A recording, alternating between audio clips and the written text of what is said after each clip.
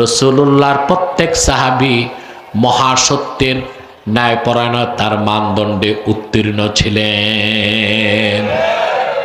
যে কোনো সাহাবী আমাদের জন্য অনুকরণযোগ্য বলেন সুবহানাল্লাহ।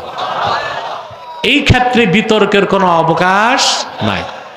রাসূলুল্লাহর সাহাবীগণকে আল্লাহ তাআলা সুবহানাহু ওয়া তাআলা সকল সাহাবীকেই সুবহানাল্লাহ সত্যের মানদণ্ড হিসেবে ঘোষণা দিয়েছেন সূরাতুল বাকারাতে, বলেন সুবহানাল্লাহ।